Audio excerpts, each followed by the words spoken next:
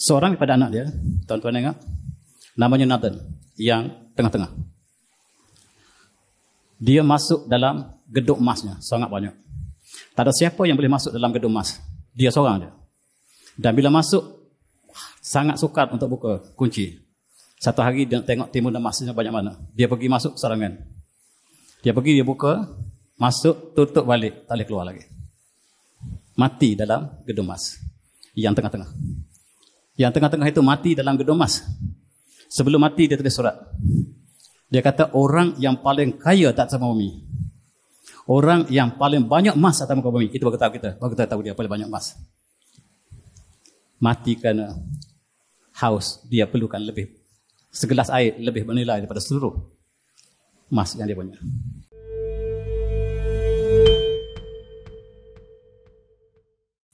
Dalam kuliah Maghrib kita pagi ini, saya mengajak tuan-tuan untuk berbincang tentang emas. Emas yang menjadi rebutan sebagaimana yang Allah sebut dalam surah Al-Imran. A'udzu minasyaitonir rajim. Zayyana lin-nasi wasyahawati min-nisa'i wal banin wal qanatiril muqantari minadh-dhahabi wal qanatiril muqantari minadh-dhahabi wal fiddati wal khaylil musammah wal anam wal dzalika min al-hayatid dunya wallahu indahu husnul ma'ab. Surah An-Nazm. Dihiaskan manusia kecintaan kepada nafsu terhadap wanita, anak pinak, al-qanatiril muqantari minadh-dhahab, dan timbunan harta daripada emas, wal fiddah, dan perak, wal khayl, yaitu kuda-kuda yang cantik, wal anam, binatang ternakan, wal hath, kebun-kebun yang luas. Zalika matal hadunya, zalika matal hadunya, inilah kesenangan dunia, kata Allah. Wallahu indahu husnul ma'ab, dan tempat kembali yang terbaik ialah Allah ialah tempat kembali.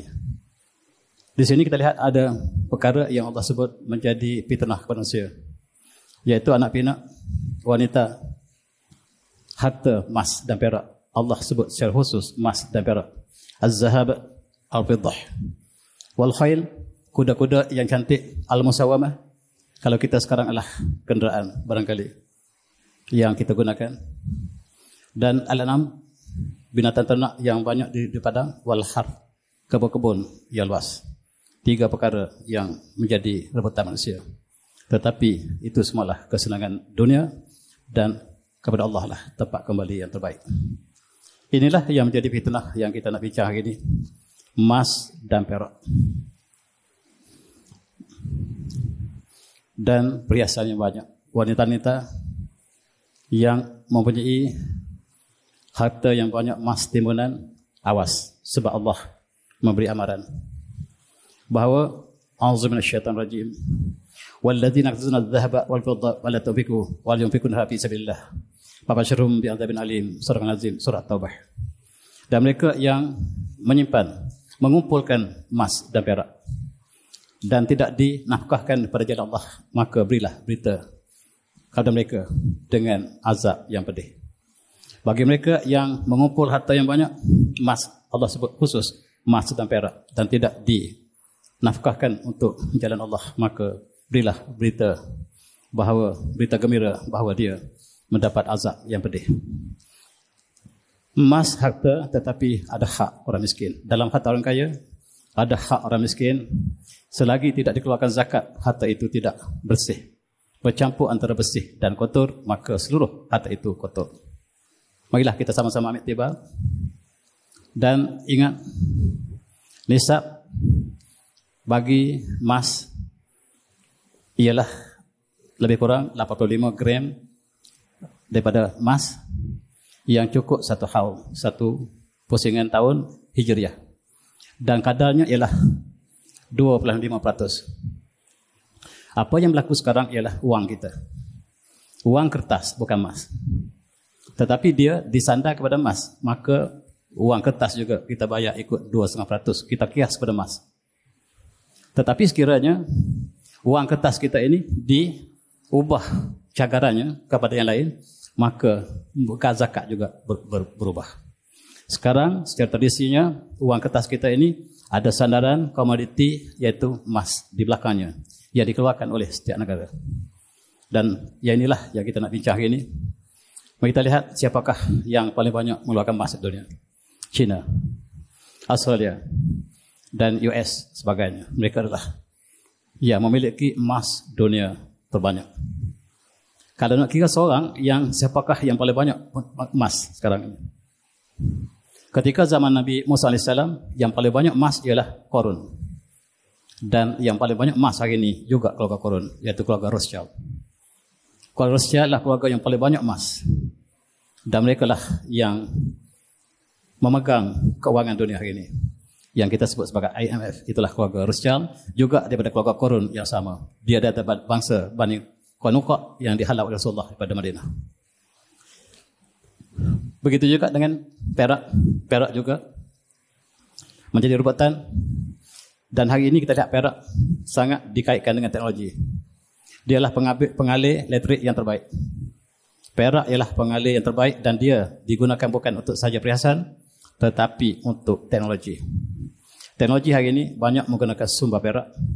Dan negara yang paling banyak perak di dunia adalah Peru, Meksiko, China sekali lagi, Australia dan lain-lain. Dan inilah fitnah yang saya nak bincangkan. Manusia berperang kerana kedua logam yang sangat dicintai ini. Kita masuk sains sedikit. Emas ialah logam yang sangat stabil. Sangat stabil. Berat atomnya ialah 196, sangat berat. Dan argentum, iaitu perak, berat atomnya 107. Berat atom emas 196, sangat stabil. Kalaulah sebesar ini emas, kita tak boleh angkat berat. Sebab dia sangat stabil, Allah ciptakan dia emas sangat stabil. Dari manakah bentuknya emas ini? Dan kita lihat apakah yang saintis sebut tentang emas ini. Kita lihat dia ada proton 79 emas, auron. Disebut dalam sains sebagai auron. Dan perak disebut sebagai argentum. Dan dia adalah dua logam yang Allah ciptakan sebagai fitnah di atas muka bumi. Inilah emas yang ditemui. Emas yang ditemui tidak besar, tuan-tuan. Dia kecil. Dan atomik ataupun berat atom dia adalah sebagai nombor atom adalah 79 ini. Dia adalah satu logam yang sangat istimewa. Tidak berkarat. Oksigen tidak boleh padu dengan dia untuk membentuk aurum oksid. Tidak. Besi kalau tidak tinggalkan dia jadi ferrum oxide. Tetapi emas tidak. Perak juga tidak. Dua ini sangat istimewa dan Allah tidak jadikan banyak. Kalau Allah ciptakan banyak, maka dia tak lagi mahal. Kalau semua tempat ada emas, tidak lagi mahal. Dan dia adalah dari segi saintifik, emas, platinum, plumbum, timah, uranium, ialah di antara logam yang berat. Yang dari segi penciptaannya, dialah penciptaannya hebat. Inilah emas yang ditemui, sangat kecil. Negara kita terkenal dengan emas. Tanah Melayu dipanggil semenanjung emas. Kita lah penghasil emas terbesar dunia, satu masa dulu. Penjajah datang bertalu-talu untuk mengambil emas. Sampai sekarang pun emas masih tidak habis dipungut daripada negara kita. Dan itulah satu daripada kurniaan Allah kepada bumi yang sangat istimewa ini. Kita lihat manusia menggunakan emas sebagai uang. Inilah ketika kerajaan Byzantine. Rasulullah ketika berniaga di Syam, uang yang digunakan ketika itulah uang ini. Uang ini digunakan dalam jual beli di seluruh kawasan Semenanjung Arab. Dan dia adalah simbol Raja Byzantine di Constantinople. Dan dia adalah daripada emas tulen. Allah sebut tentang dinar. A'udzu minasyaitonir rajim. Wa min ahli kitab man itaman hubikin tarin yu'adi ilaik. Wa minhum man itaman binarin la yu'adi ilaik illa ma'dum ta'lihi qaima. Dzalika hum qalu la alina qalu wa annahum qalu la alina fil ummiyyin sabilun wa yakuna Allah likadzibahum ya'lamun. Surah Al-Azim. Di antara ahli kitab orang Yahudi, sekiranya kita beri amanah kepada mereka dengan emas yang banyak, sebahagian mereka akan menunaikan kepada kita kembali. Tetapi waminhum, daripada mereka, in ta'manhu bidnarin, kalau kita bagi dia amanah 1 dinar pun, dia tidak akan kembali lagi. illa mantum alaiqaima, kecuali kita sentiasa minta dengan dia. Walaupun 1 dinar, kita sentiasa minta pada dia supaya dia kembalikan hak kita. Sebab mereka mengatakan bahawa orang Arab, al-Umayyin, orang Arab, tidak ada jalan ke atas kami. Kami adalah pemimpin dunia. Yahudi adalah pemimpin, orang Arab adalah sebagai hamba. Dan mereka katakan, qaula sa'alna fil umayyin sabil. Orang Arab, al-Umayyin ini orang Arab yang rendah tarafnya. Wa yakun Allah al-kadzib, dan mereka berkata perkara dusta pada Allah. Wa hum ya'lamun, sedangkan mereka mengetahui perkara tersebut. Yang saya nak fokus di sinilah dinar. Dinar Allah sebutkan sebagai mata wang kita. Dan ini juga dinar. Dia mata wang Parsi. Ini ketika Rasulullah, uang ini digunakan dalam perniagaan di Semenanjung Arab. Ini datang daripada Konstantinopel. Diperniagakan dengan uang ini. Satu lagi uang ialah uang Parsi. Ini uang Parsi. Yang dirhamnya yang perak. Yang emasnya ialah dinar. Walaupun disebut oleh orang Parsi lain, tapi kita panggil dinar. Ini raja yang sangat zalim. Yang ada gambar di sini ialah gambar zalim. Begitu juga gambar ini ialah gambar raja Byzantine yang berperang dengan Rasulullah. Dan raja ini juga raja yang zalim kepada Rasulullah. Raja Kisra yang Rasulullah hantar surat kepadanya. Dia koyak surat Rasulullah. Inilah orangnya. Namanya Raja Kisra. Dan surat Rasulullah bunyi seperti ini. Bismillahirrahmanirrahim. Min Muhammadin Rasulillah ila Kisra azim Rum. Salam ala man ittaba'al huda. Dengan nama Allah yang Pemurah lagi Penyayang. Surat ini daripada Muhammad Rasulullah kepada pemimpin Parsi Kisra. Salam Allah ala man ittaba'al huda. Allah berikan sejahtera kepada mereka yang mengikuti petunjuk. Wa aman billahi wa rasulih. Hendaklah kamu beriman pada Allah dan Rasulnya. Wa asyhadu anna la ilaha illallah wahdahu la syarikalah, dan adalah kamu saksikan bahawa tiada Tuhan melainkan Allah semata-matanya. Wa Muhammadar abduhu wa rasuluh, dan Muhammad adalah hamba dan rasulnya. Wa duka bidatillah, saya seru anda wahai Kisra dengan ajakan Allah. Fa ini anna Rasulullah, saya ini Rasulullah. Ilan nasi kafah, saya ini Allah utuskan kepada manusia seluruhnya. Liunzirman kan hayya wa haqqal qaul al kafirin, dan untuk memberikan peringatan pada orang yang hidup, hati yang hidup, dan berhaklah ke atas orang kafir azab. Faslam taslim, hendaklah kamu Islam, nescaya kamu selamat. Faslim taslam, hendaklah kamu Islam dan sentiasa insyaallah kamu selamat. Fa in abaita, sekiranya kamu berpaling, fa inna ithma al majus alaika, sekiranya kamu berpaling, kata Rasulullah, seluruh dosa orang Majusi tertanggung ke atas belakang kamu, atas kepala kamu. Bila surat dibaca pada Kisra, Kisra sangat marah, mukanya merah dengan makan. Mukanya merah dan watahtamar wajhu, muka merah menyala. Wantafahat audah, di sini orak sini timbul seperti ini. Kemarahan Kisra kepada surat ini. Lalu dia koyak surat 4. Dan apabila berita ini sampai Rasulullah, Rasulullah kata, demikianlah kerajaannya akan terkoyak sebagaimana dia koyak surat saya. Memang benar. Beberapa tahun kemudian Kisra jatuh dan Parsi dapat ke tangan umat Islam, khususnya ketika pemerintahan Khalifah Umar bin Khattab. Tuan-tuan yang saya hormati, saya nak cerita pasal emas. Ketika kerajaan Islam, kita juga guna emas, dinar. Ya, bawah ini. Ini digunakan ketika zaman kerajaan Abbasiyah. Dirham kita daripada perak, atas. Di bawah dinar, atas dirham. Inilah wang yang telah hilang. Hari ini kita guna ringgit. Apakah masih ada dinar di belakangnya? Apakah masih ada emas di belakangnya? Atau tidak ada lagi? Kita coba lihat apakah yang berlaku dalam sejarah wang dunia.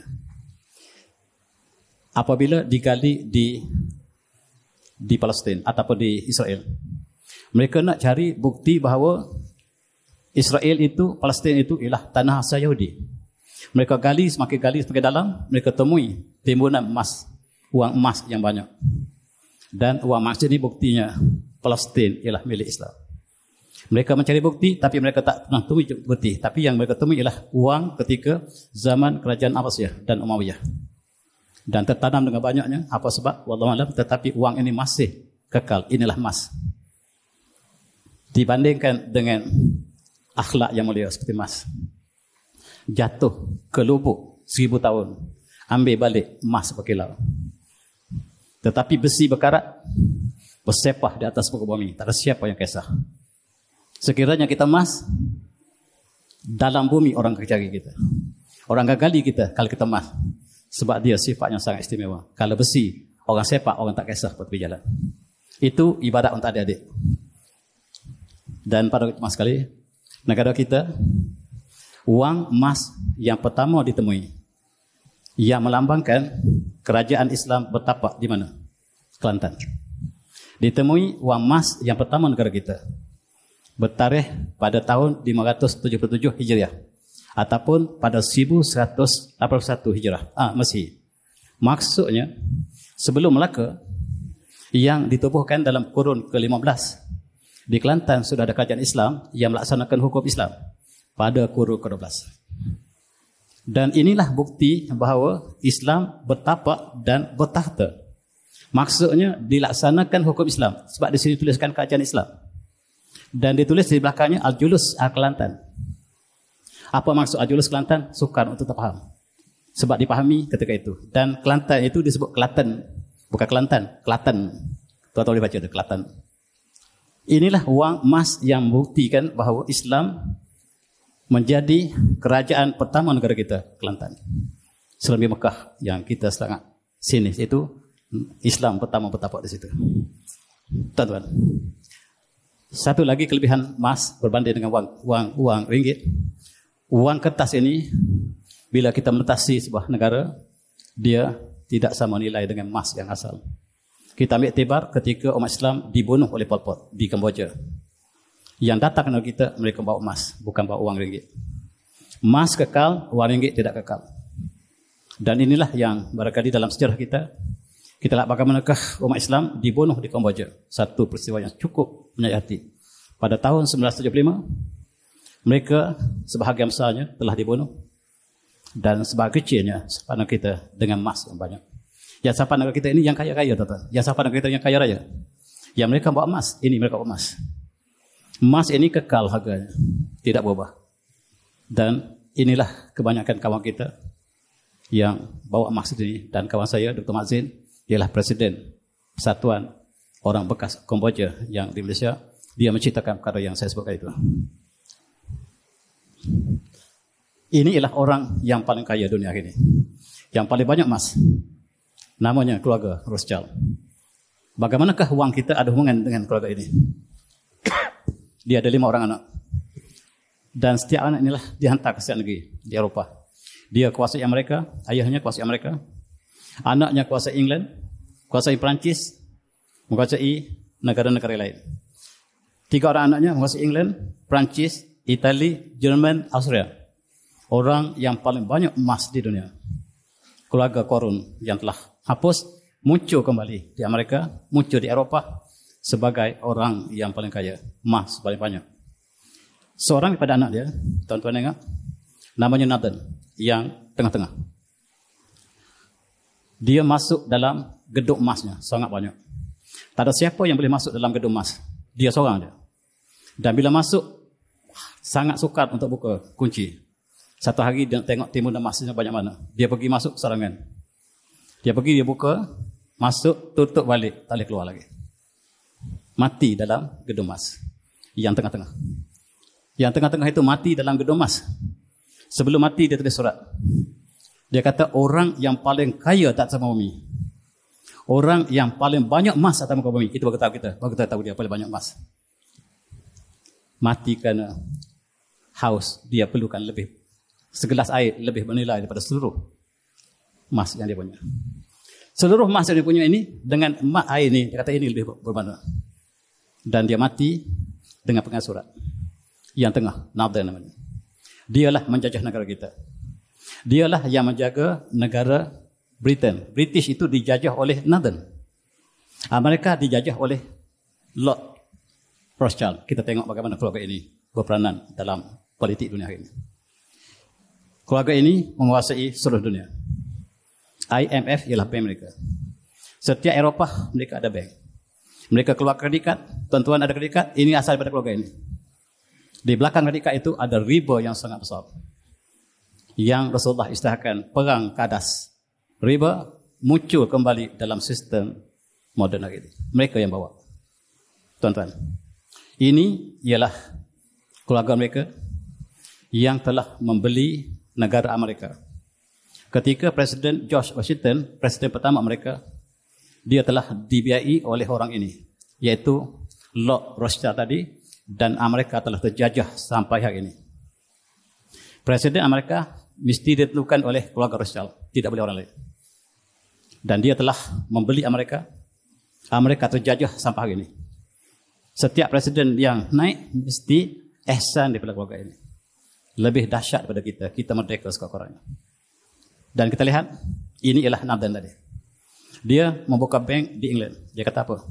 I cannot, what puppet is placed upon the throne of England to rule the empire, and which the sun never sets. The man who controls British money supply controls the British Empire, and I control the British money supply. Tuan-tuan ingat, dia kata, tuan-tuan ingat British jajah Melaya, tetapi kami bagi duit kepada British untuk jajah Melaya. Rupa-rupanya yang jajah Melaya adalah Yahudi. Ini dia. Yang bagi duit kepada British, tentera British untuk kalahkan kita, ialah Yahudi. Itu sebab mereka bercuti pada hari Sabtu hari ini. Cuti hari Sabtu ialah simbol Yahudi. Yahudi pergi ke gereja, ke sinagog pada hari Sabtu. Orang nak Kristian pergi ke gereja pada hari Ahad. Mereka cuti hari Sabtu dan Ahad sampai hari ini. Kita sudah merdeka. Budaya masih terjajah. Dan rupa-rupanya setiap pegawai British Yahudi. Yahudi yang paling jahat ialah Sir Henry Gurney, yang membunuh 750,000 umat Islam di Palestin. Dihantar oleh Yahudi untuk menjadi pesuruh jaya tinggi British di Melaya. Dibiayai oleh orang ini. Keluarga Rothschild yang hantar Henry Gurney, yang Tuan sangat sayang pada Henry Gurney, dialah mereka yang telah membunuh Islam di Palestin.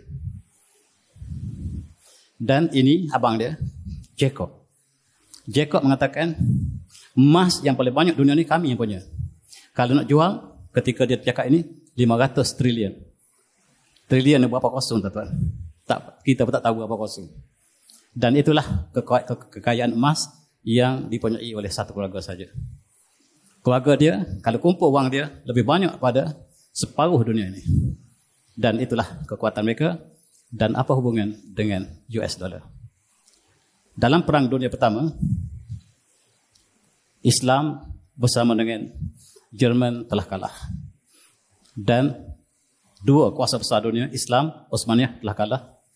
Jerman telah kalah sebab satu-satunya Eropah yang membela Islam ialah Jerman.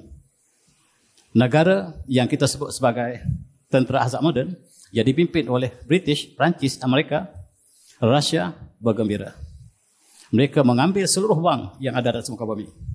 Dan mereka menjadi pemilik wang terbesar dunia. Rupa-rupanya yang milik wang ini keluarga Yahudi juga. Sebab tentera Perancis, tentera British yang hantar semuanya menggunakan wang Yahudi. Dan bila mereka menang, wang itu kembali pada Yahudi.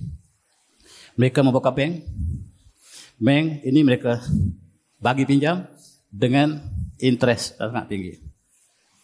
Negara yang miskin perlukan kepada bantuan. Mereka datang dengan Badan Bangsa Bersatu, dengan UNESCO, dengan WHO. Mereka katakan negara ini negara perlukan pembangunan. Negara tidak perlukan, tidak ada wang. Mereka bagi pinjam dan negara itu terjajah. Permainan mereka sejak Perang Dunia Pertama. Kemudian, mereka cetak wang di Amerika. Ini wang mereka. Dajjal. Mata sebiji. US dollar. US dollar, apa maksudnya? Kita tanya mereka apa maksud mata. Dia kata mata waspada. Maksudnya adalah sebenarnya adalah Dajjal. Dajjal yang mereka sebut Messiah, the liar Messiah, mereka sebut the liar Messiah, menjadi simbol mereka. Apa hubungan mereka dengan ajaran sesat? Dajjal. Rupa-rupanya mereka lah Dajjal.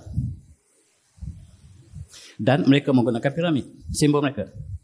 Piramid ini mereka kata teguh. Kami gunakan piramid sebab dia teguh. Ribuan tahun berdiri. Rupa-rupanya mereka kembali kepada ajaran Korun dulu. Mereka kembali pada ajaran Korun yang lampau. Yang menentang Nabi Musa. Maksudnya menentang Islam. Wang ini simbol yang mereka sebut sebagai the new order yang kita ada sekarang, yang mereka menggunakan wang ini untuk menjajah dunia. Dan one world currency yang mereka sebut ialah wang ini. Wang ini simbol penjajahan. Dan tuan-tuan semati, mereka sebut new world order ialah plan to unify the world government. Semua dunia mesti disatukan di bawah satu pemerintahan, pemerintahan Yahudi. Mula sekali kita kalahkan negara Islam. Negara Islam telah hancur daripada Morocco sampailah ke Afghanistan. Batuk. Negara Islam telah hancur. Libya telah hancur. Pemimpin mereka telah dibunuh. Sekarang mereka kata kita hancurkan China dan Rusia. Bila kita hancurkan China dan Rusia, kita menjadi raja. Itulah yang ditunjukkan dalam wang mereka. Mereka menjadi ketua sebab mereka mengatakan kamilah Sya'bullah Mukhtar. Kami adalah bangsa yang terpilih yang Allah cipta kami. Bangsa lain disebut Goyim. Goyim maksudnya hamba kepada orang Yahudi. Dan itulah falsafahnya mereka menjajah dunia. Dalam perang dunia kedua, mereka makin dapat banyak wang. Mereka menjual senjata kepada lawan dan kawan. Lawan pun mereka jual, kawan pun mereka jual. Dan mereka menghasilkan senjata yang banyak. Mereka kumpulkan saintis seluruh dunia di Amerika. Dan mereka menjadi penjual senjata terbesar dunia. Bagi mereka, perang ialah bisnes. Lagi lama perang itu berlalu, lagi bagus. Sebab senjata boleh dijual. Dan mereka kumpul emas yang banyak. Kemudian, satu lagi malapetaka, bangsa bersatu. Bangsa bersatu ditubuhkan oleh mereka, Yahudi. Tujuannya lah untuk melindungi mereka. Dan apabila ditubuh, mereka memilih 5 kuasa dunia. Mereka sebut kuasa veto. Dan kuasa veto ini tidak boleh ditegur. Dan termasuklah US. England, negara mereka. Perancis, negara mereka. Yang bukan negara mereka ialah China dan Rusia. Itu saja. Dan kalaulah mereka dapat kontrol China dengan Rusia, maka seluruh dunia mereka telah tawan. Simbol bangsa bersatu ialah sarang laba-laba. Sarang laba-laba ialah tempat mereka memerangkap mangsa. Negara kecil akan dimakan oleh laba-laba besar. Itu falsafahnya. Dan memang benar itulah yang berlaku. Kita lihat menggunakan sarang laba-laba ini dan menjadikan bangsa bersatu sebagai perisai mereka. Dia telah menjajah seluruh dunia. Dengan US dollar yang mereka ada, mereka menjajah seluruh dunia sejak daripada Perang Dunia Pertama dan Perang Dunia Kedua. Tidak ada negara yang tidak diceroboh oleh Amerika. Mereka adalah gangster terbesar dunia. Dengan menggunakan wang, emas yang banyak, mereka menjajah dunia. Tidak ada tempat yang tidak ada tentera mereka. Tidak ada. Dunia semuanya ditawar oleh mereka. Mereka tidak boleh pergi ke China dan Rusia, itu saja. Tetapi Rusia dapat ditundukkan. Apabila mereka masuk ke Afghanistan yang telah dimasuki oleh Rusia, Rusia kalah. Mereka kuasai Afghanistan untuk sementara. Dan mereka merasakan mereka boleh kalahkan Rusia tahun 2 tahun lepas. Dan mereka tersilap pengiraan. China mereka telah masuk melalui Taiwan. Dan mereka cita-cita untuk menjadikan one world government, one world leader, one world currency. Cita-cita mereka terhalang. Mereka mencoboh seluruh dunia. Bila kita bawa kuasa satu, mereka batalkan sebab mereka kuasa itu. Mereka menjadi gangster terbesar dunia. Yang kita baik itu gangster besar dunia. Dan kita tanya kenapa kita bersama mereka? Kita jawab, if we cannot beat, join them. If we cannot beat them, join them. Inilah yang menjadi malapetaka dunia hari ini. Dan tuan-tuan, US dollar bermahajalela. Sebagaimana Yahudi di belakangnya, US dollar adalah king currency, king of currencies.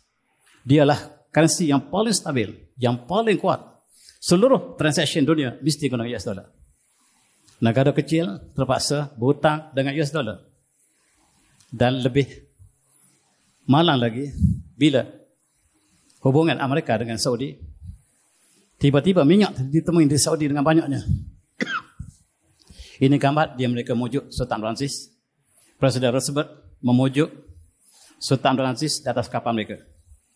Sebab Sultan Francis tak tahu negara mereka ada minyak. Mereka sudah tahu. Dan kita buat kerjasama, kita sebut Aramco. Dan berilah peluang pada kami untuk kami cari galikan minyak. Kita jual minyak ini dengan US dollar. Minyak diperlukan ketika itu automobil sedang berlangsung, sedang diciptakan. Mereka perlukan petroleum dan kita menjadi tuan dunia. Kita jual dengan US dollar. Di atas kapal ini, Sultan yang tak pernah tengok tarian yang dilakukan oleh orang Barat dipersembahkan dengan tarian yang cukup indah untuk menawan Sultan Al-Aziz. Dan tertawanlah Sultan ini. Dan minyak diberikan hak kepada mereka untuk cari kali seluruh semenanjung Arab. Arab Saudi kaya, Amerika, Yahudi lagi kaya. Dan itulah nasib kita. Petrodollar ialah peraturan yang mengatakan setiap transaction yang melibatkan dengan minyak mesti dalam US dollar. Sama ada minyak ditemui di China ataupun di Rusia, jual beli mesti dalam US dollar. US dollar lagi kuat. Tak ada siapa yang dapat menandinginya. Tak, China bukan Rusia menandinginya. Sebab Rusia dengan China juga transaksi peringkat antarabangsa dengan US dollar. US dollar, apakah ada emas di belakangnya? Ya, ada emas. Dan apabila Saudi mengeluarkan minyak yang banyak, maka US dollar lagi kuat. Dan dia gunakan ini melalui syarikat Aramco-nya yang berkuasa sampai sekarang untuk menjadi polis dunia dan menceroboh seluruh dunia. Mereka menceroboh Vietnam sebelah negara kita. Vietnam tak ada salah sedikit pun. Mereka masuk ceroboh dan hancurkan. Dan mereka kalah di Vietnam. Mereka masuk Somalia, mereka ceroboh Somalia. Mereka masuk Cuba, mereka ceroboh Cuba. Sebut satu dunia, satu negara. Tak ada satu negara yang terkecuali. Mereka kuasai seluruh dunia. Mereka menjadi angkuh. Mereka menjadi korun moden hari ini. Ini ialah wang US dollar yang dibina oleh mereka. Apakah dia ada emas belakangnya? Dia kata ada emas. Betul. Setiap keping uang dikeluarkan, sebenarnya kita bukan bawa kertas, kita bawa emas. Tetapi emas itu disimpan dalam bank perbankan negara. Kita juga lakukan demikian. Dan bila mereka terlalu kuat, mereka cipta fiat money. Fiat money ialah uang kertas tanpa sebarang cakaran. Ini dilakukan apabila terlalu kuat. Mereka mengatakan uang US dollar ini dijamin oleh kerajaan US. Maksudnya, kekuatan politik inilah yang menjaminkan nilai wang kertas ini dibayar tanpa sebarang cakaran. Tak kedek ilahi. Sekiranya US dollar, kerajaan US hari ini jatuh, uang US dollar 1 sen tak laku. Sama seperti Jepun keluarkan uang ketika dia menjajah negara kita. Bila dia tidak ada kuasa, 1 sen tak laku uang Jepun dan itu akan berlaku kepada US sekiranya kerajaan US jatuh. Hati-hati tuan-tuan yang bermain forex. Wang ini tidak kekal. Emas lebih stabil. Dan mereka lebih angkuh, mereka menggunakan fiat money. Mereka cetak sebanyak-banyaknya. Sekarang sudah menjadi malapetaka.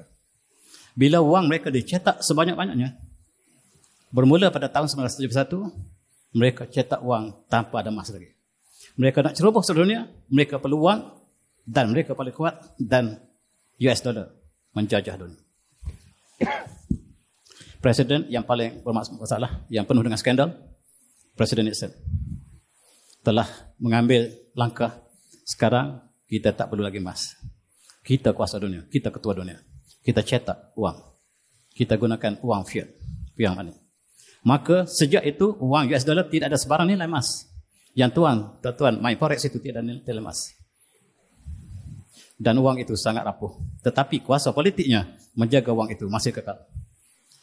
Dia cetak uang. Tengok. Dia cetak sebanyak-banyaknya. Kalau duit habis, dia cetak lagi. Dan menjajah dunia dengan wang ini. Tak ada dunia yang tidak dijajahnya. Dan sekarang, apabila mereka melihat rival mereka, Islam telah kalah semuanya. Rusia masuk Afghanistan, mereka masuk ke Pakistan, mereka kalah ke Rusia. Dan mereka telah kuasai Soviet Union. Mereka keluarkan Ukraine daripada Soviet Union. Ukraine itu asalnya Rusia. Dikeluarkan oleh Rusia, dikeluarkan oleh mereka. Sekarang itulah sebabnya Rusia nak ambil balik negaranya, nama Ukraine. Sejarah ini kita harus faham sebelum kita tengok apakah yang berlaku sekarang. Dan tuan-tuan, Rusia jatuh.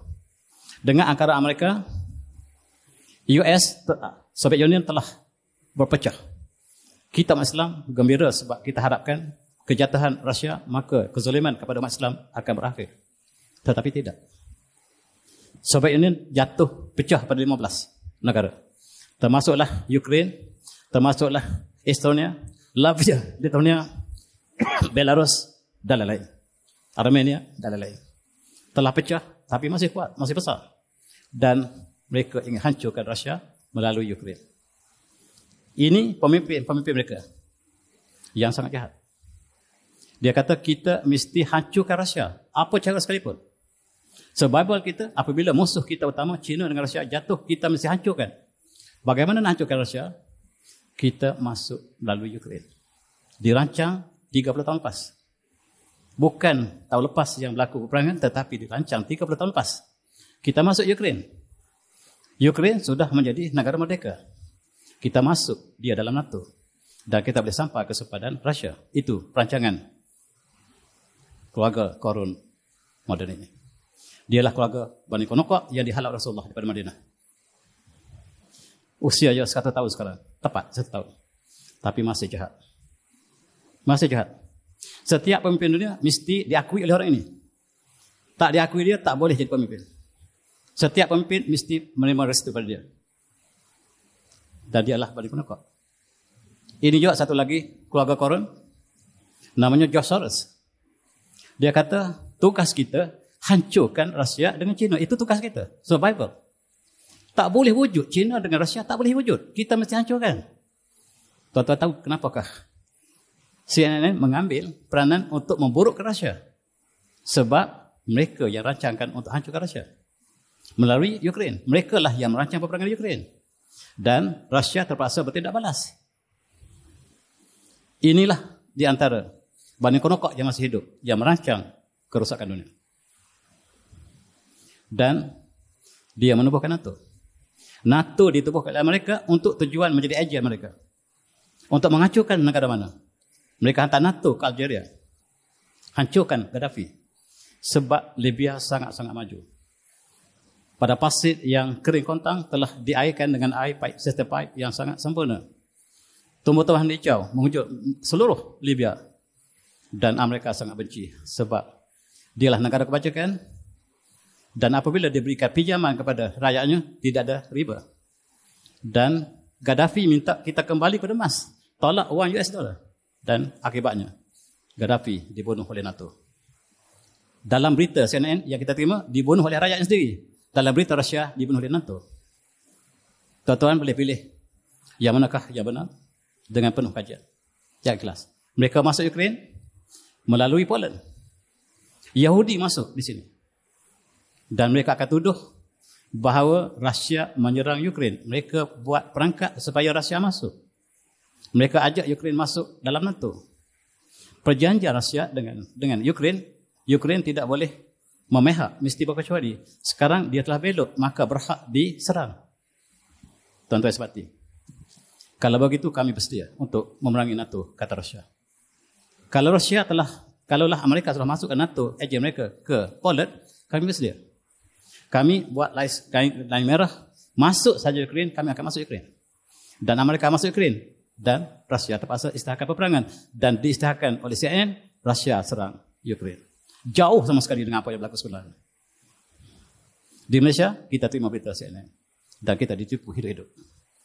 Tuan-tuan semati, peperangan berlaku. Di belakangnya lah survival dan emas menjadi pertikaian. Sebab US dollar lah yang membiayai peperangan ini. Dan saya baca dalam berita Arab. Mereka mengambil sikap untuk memboikot ekonomi Rusia supaya Rusia jatuh bankrupt. Dan bangsa bersatu bersidang. 5 hari saja Rusia masuk Ukraine, bangsa bersatu telah bersidang. Rupa-rupanya seluruh anggota bangsa bersatu sudah berada di New York. Maksudnya mereka yang merancang peperangan. 5 hari peperangan berlaku, mereka sudah bersidang di bangsa bersatu dan akad tangan siapa ingin boikot Rusia dan seluruh dunia boikot Rusia, termasuk Malaysia. Senarai mereka yang boikot Rusia 141. Kalau Asia beritahu saya. Dan dunia telah menggunakan sekatan ekonomi ke atas Rusia. 70 tahun Yahudi mengganas di Palestin, tidak pernah diadakan sekatan ekonomi kepada Israel. Itulah double standard yang sangat jelas. Dan Rusia telah bersedia. Negara yang boikot Rusia, Rusia sudah bersedia. Mula-mula sekali sistem wang dunia yang dipegang oleh Yahudi, oleh IMF, yang dipanggil sebagai SWIFT, sistem pemindahan wang di antara antarabangsa. Rusia tidak dibenarkan untuk terlibat. Dan ini ialah perancangan korun moden untuk menghancurkan Rusia. Tapi Rusia ada gandum. Rusia kata, kamu boikot saya, kamu tahu tak gandum yang digunakan Eropah daripada Rusia, daripada Ukraine. Kami sekat gandum, kamu lapar. Mereka boikot Rusia, mereka yang lapar. Dan kami ada minyak. Kamu tak ada minyak, Eropah tak ada minyak. Eropah beli minyak dengan kami. Sekarang kamu bayar dengan duit kami. Jangan lagi US dollar. Jangan bayar dengan US dollar, bayar dengan rubel. Ataupun kamu boleh bayar dengan emas. Emas ketul bayar pada kami. Kami tak terima lagi US dollar. US menggelopor. Apabila dia boikot Rusia, Rusia respon, dia yang menggelopor. Tuan-tuan, Rusia tutup paip. Seluruh Eropah menggunakan gas Rusia. Rusia tutup paip. Dan ini tuan-tuan, paip Rusia. Seluruh Eropah menggunakan gas Rusia. Ketika musim sejuk lepas, Finland menggeletar kesejukan, tidak ada gas. Bukan tutup semua, kami tutup sikit. Eropah telah menjerit. Mereka boikot Rusia, tetapi mereka yang menjerit. Berita ini tak sampai Malaysia sebab kita baca berita daripada Al Jazeera dengan CNN, dua-duanya lidah mereka. Dalam konteks ini kita lihat seluruh Eropah menggunakan gas Rusia. Sekarang bukan bayar dengan US dollar, bayar dengan rubels atau emas ketul. Dan negara yang menggunakan gas Eropah, gas Rusia, senara rakyat sini. Ada yang menggunakan sepenuhnya seperti Macedonia, tetapi ada yang menggunakan separuh seperti Finland dan Bulgaria. Tetapi apabila ditutup gas separuh sebahagiannya, maka mereka kesejukan pada musim winter lepas. Di Finland sangat dahsyat. Rumah ditenggelam oleh salji. Dan dalam konteks ini, kalau nak bayar dengan rubels. Tidak lagi US dollar. US dollar tidak digunakan lagi untuk minyak di Rusia. Kemudian diikuti oleh Saudi. Saudi ambil peranan yang dia menjadi ejen kata mereka sekarang nak beli minyak gunakan bukan US dollar. Terperanjat mereka. Sebab Saudi ialah kawanan rapat. Kenapa kamu meninggalkan US dollar? Sebab rupa-rupanya jahat Rusia, jahat Amerika, Amerika lebih jahat. Jadi terpaksa kita cari musuh yang lebih tidak jahat. Rusia potong sekat gas ke Poland dan Bulgaria. Poland surrender kepada Rusia. Bulgaria surrender kepada Rusia. Dan berita Arab yang saya terima, NATO divided over Ukraine. NATO yang nak hancurkan Rusia pun masing-masing tak lagi menentang Rusia. Sebahagian mereka bersama Rusia pula dah. Amerika cukup marah dan dia kalah di Ukraine. Amerika kalah dengan hinanya di Ukraine. Dan peperangan Ukraine dimenangi oleh Rusia secara mutlak. Tuan-tuan yang saya hormati. Eropah tarka'u li Putin. Eropah terpaksa sujud melutut kepada Putin kerana inginkan supaya gas jangan tutup. Nak tutup sikit tak apa, jangan tutup semua. Tutup semua kami mati. Marilah sedikit gandum sebab kami lapar. Orang Eropah tuan-tuan, dia tidak makan gandum asalnya. Mereka makan ubi ketan. Kita umat Islam perkenalkan gandum ke Eropah melalui Sepanyol. Mereka makan gandum sekarang. Sekarang kata Putin, kami tutup. Kamu makan ubi ketan kami. Kamu tahu tak gandum itu umat Islam yang bawa kamu ke Eropah melalui Sepanyol.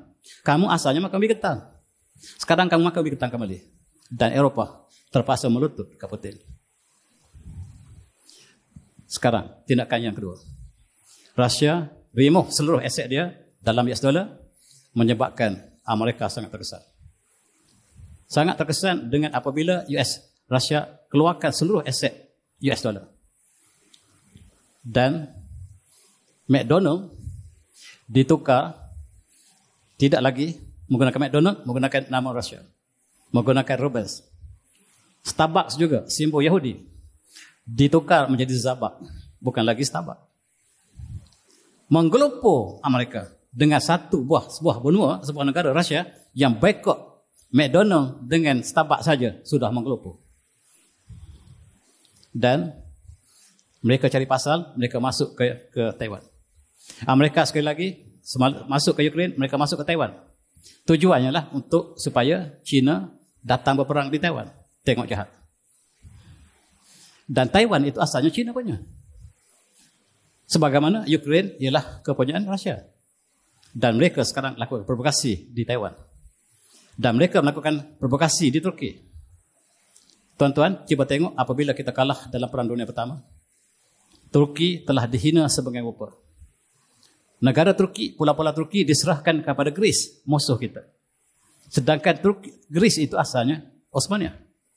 Pulau-pulau di tepi negeri Turki diberi kepada Greece. Tujuannya supaya peperangan meletus. Ini cara Barat untuk menghancurkan Islam. Dan memang apabila Presiden Erdogan menang, dia mengatakan kami akan ambil kembali pulau ini. Peperangan bakal meletus. Mereka yang rancangkan. Dan tentera Eropah telah berada di Greece. Dan sudah ada di pulau-pulau di depan Turki. Dan peperangan tidak dapat dielakkan lagi. Itu sebab Erdogan yang bersama dengan NATO lebih setia kepada Rusia. Dan di Cyprus, bagaimanakah permainan mereka? Mereka bahagikan yang asalnya semua Osmania. Satu bahagian untuk Turki, sebahagian untuk Greece. Supaya kita berperang di sini. Ini cara mereka untuk cetuskan peperangan. Dan Laut Mediterranean tidak lagi aman. Inilah yang menjadi perkiraan dalam pertandingan presiden di Turki begini. Tiba-tiba Saudi telah sedar permainan Amerika yang menjadi gangster. Dia isytiharkan kami bersama dengan Rusia. Mesir sebagai ejen Amerika mengatakan kami bersama Rusia. Kami tinggal gangster yang besar. Dan Putin, Rusia mendekatkan Iran dengan Saudi. Dua negara yang bermusuh sepanjang zaman. Dirapatkan dan sekarang mereka telah adakan hubungan diplomatik. Embassy Saudi telah dibina di Tehran. Embassy Iran dibina di Riyadh. Maka Amerika lagi marah. Bila dipertautkan dua kuasa Arab ini, satu Syiah, satu Islam, satu Wahabi, digabungkan, maka kekuatan umat Islam lebih kuat. Walaupun mereka bertikal, Syiah itu satu lagi pahaman. Tuan-tuan, kata Saudi, kami tak bayar lagi. Wang kami transaction dengan yuan sementara ni. Sementara ni kami tak akan guna US dollar lagi. Kami guna yuan. Wang China. Dan satu peristiwa besar berlaku. Ditubuhkan 5 negara besar bersatu untuk menubuhkan wang baru. Namanya BRICS. Ringkasan daripada B ialah Brazil, Rusia, India, China dan South Africa. Sebagaimana bangsa bersatu ada 5 kuasa veto, BRICS ialah kuasa baru dunia yang menggabungkan negara yang diperangi oleh Amerika. Mereka ingin kembali pada emas. Ingat, wang US dollar tidak ada emas. Sekarang umat Islam membayar zakat dengan emas. Kalau kita ada US dollar, nak bayar dengan apa? Nak bayar zakat dengan apa? Bukan 25%. 25% ialah emas. Jadi terpaksalah ulama kita bersidang kembali. Nak bayar emas, nak bayar US dollar. Kita ada US dollar. Nak bayar berapa peratus? Kalau 2%, 2,5% emas, perak. Kalau pertanian, lain lagi. Maka kita tidak dapat selesaikan dengan menggunakan wang fiat money. Maka mereka berkumpul untuk menubuhkan wang emas baru. Wang emas ini didasar kepada dina Islam yang lepas. Sebagaimana dicadangkan oleh Presiden Gaddafi yang dibunuh oleh mereka. Dan mereka bersidang. Mereka bersidang untuk drop US dollar. Dan mereka akan bersidang minggu depan untuk menubuhkan wang yang pertama. Dalam usaha untuk jatuhkan US dollar. Maka kami menggunakan wang baru, emas. Kami akan menggunakan wang baru, emas. Mari semua umat Islam bersatu. Kita kembali kepada dina yang kamu guna. Dan walaupun dialah bukan negara Islam, tetapi musuh yang awal lebih besar. Dalam konteks ini, slogan kita ialah de-dollarization. Nyah dolar. Beritanya sampai dalam TV tidak? Kita tak sampai. Tak masuk. Di Malaysia tak ada beritanya. Sebab kita sangat setia dengan mereka. Sekarang, negara umat Islam telah masuk BRICS meninggalkan US dollar. Iran, Bangladesh, Argentina, Saudi, Arab Saudi, UAE, Nigeria, Pakistan telah bersama menentang mereka. Negara kecil apabila bersatu dia jadi kuat. Dan 8 hari saya baca baru sejak tadi, 8 negara Arab telah bersama dengan BRICS. Tadi sebanyak negara ini dan ditambah dengan 8 hari ini. Termasuklah Afrika, Algeria, Bahrain, Mesir, Kuwait, Morocco, Palestin juga. Dan South Africa memang sudah menjadi ahli. Di mana Malaysia? Sekarang 40 negara sudah bersatu. Ini berita bulan lepas. Ini wang emas. Kita juga boleh guna wang kertas tetapi masih ada emas. Kita nak terbitkan wang kertas mesti ada emas. Maksudnya kita bawa wang kertas tapi seolah kita bawa emas. Dan kita boleh bayar zakat 2,5% kembali. Dan sekarang sudah ada 40 buah negara yang bersama dengan BRICS. Dan ini negara yang bersama BRICS. Mengalahkan Amerika. Lebih separuh dunia. Mengalahkan Amerika yang tinggal terkotak-kotak dia. Jatuh Amerika, jatuhlah Israel. Dan hayat Israel sangat-sangat singkat. Dia sangat bergantung pada US dollar yang mereka cipta. Jatuh US dollar, jatuhlah Israel. Itulah yang disokong oleh Palestin. Dan tuan-tuan, world dumps dollar for gold. Uang dolar tidak ada emas. Dia adalah uang kertas semata-mata. Kita tukar dengan emas. Kuliah saya malam ini untuk dedikasi untuk Tuan Haji Zainal kita. Dan para jemaah semua. Bank yang ditugaskan untuk menerbitkan uang baru ialah bank kita namanya New Development Bank. Ini kepunyaan seluruh anggota BRICS. Dan presidennya ialah daripada Brazil untuk sementara. Wang pertama akan diterbitkan bulan depan. 22 Ogos akan diterbitkan wang pertama. Bersediakah kita untuk mengambil mata wang baru, meninggalkan US dollar? BRICS Gold Backed Cryptocurrency.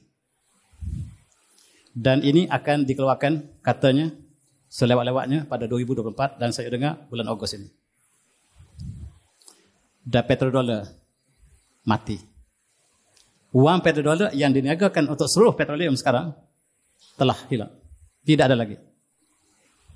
Tuan-tuan yang terlibat dengan forex, hati-hati. Dan new money, new world. New money, new world untuk lawan new world order. Untuk lawan Yahudi, new world order yang mengganas di dunia hari ini.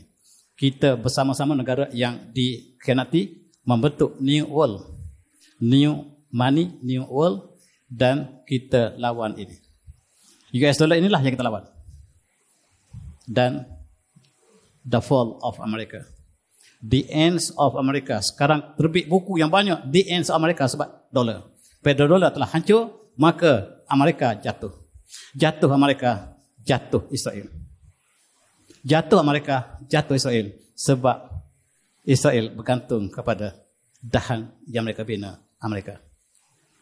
Dan tuan-tuan, zawal Israel bada'ah. Bada'ah zawal Israel. Dan kejatuhan Israel telah bermula hari ini. Kejatuhan Israel bermula hari ini. Lebih-lebih lagi apabila Presiden Mahmud Abbas melawat Beijing baru ini. Dan China memberi jaminan Jerusalem Timur akan diserahkan kembali pada Palestin. Dan dijadikan kapital kepada Palestin ialah untuk Jerusalem Timur yang dirampas pada tahun 1967 akan dikembalikan semula kepada Palestin. Walaupun Israel akan membina kota mereka di Jerusalem Barat, di sebelah timur Palestin akan membina kota baru ataupun kapital yang baru. Kemudian kata Presiden Putin, selepas Ukraine selesai, kami akan bebaskan Palestin. Yahudi akan berakhir, janji Putin. Mungkin janji politik. Tetapi inilah yang diberikan harapan oleh seluruh pejuang Palestin. Di mana Malaysia? Kita tidak bersama mereka. Kita masih bersama US. Tuan-tuan, kita ingat satu hadis yang menggembirakan kita. Israel akan jatuh, Israel akan mati. Dalam hadis yang diriwayatkan oleh Imam Muslim, Rasulullah bersabda, la takmusa hatta yuqatil muslimun al-yahud fa yaqtuluhum al-muslimun hatta yahtabi al-yahud mi wara al-hajar wal sajar fa yakul hajar as-sajar ya muslim ya amrullah hadza yahudi khalfi fata'an faqataluhu illa warqat fa innahu min sadal yahud atau kama qala. Tidak berlaku hari kiamat sehinggalah orang muslimin memerangi orang Yahudi. Dan mereka memerangi orang muslimin, memerangi mereka sehingga mereka kalah. Rasulullah jamin mereka kalah. Dan sekarang kejatuhannya telah bermula. Janji Rasulullah mereka akan kalah. Dan Islam akan berperang dengan mereka sehingga mereka kalah. Mereka berlindung di balik batu dan pokok. Kemudian pokok akan bercakap. Fayakulah hajar bersajud, ya muslim, ya amrullah. Haza Yahudi. Di belakang saya ada Yahudi. Datang bunuh mereka. Illa warqat, kecuali pohon warqat. Fainahu min sayyidil yahud, dan pokok warqat adalah pohon Yahudi. Dan sekarang Israel mengadakan kempen menanam pokok warqat. Mereka menanam pokok warqat seluruh Israel. Tiba-tiba 2-3 tahun lepas pokok warqat terbakar. Yang menolong kebakaran ini antaranya lah orang Palestin yang mereka zalimi. Itulah sifat Islam yang cukup indah. Apabila jirannya telah disambar api, mereka bersama-sama memadamkan api. Kemudian kita berperang lagi. Kita perang lagi lepas itu. Dan itulah janji Allah. Dan janji Allah ini, janji Rasulullah ini sudah diambang kenyataan. Itulah perbuatan ataupun emas yang menjadi rebutan dunia. Dan sekarang dengan emas mereka naik, dengan emas mereka jatuh. Dan itulah tuan, gambaran bahawa Yahudi akan kalah. Dan saya minta maaf kalau dah panjang. Saya sudahi dengan wabillahi taufiq. Assalamualaikum warahmatullahi wabarakatuh.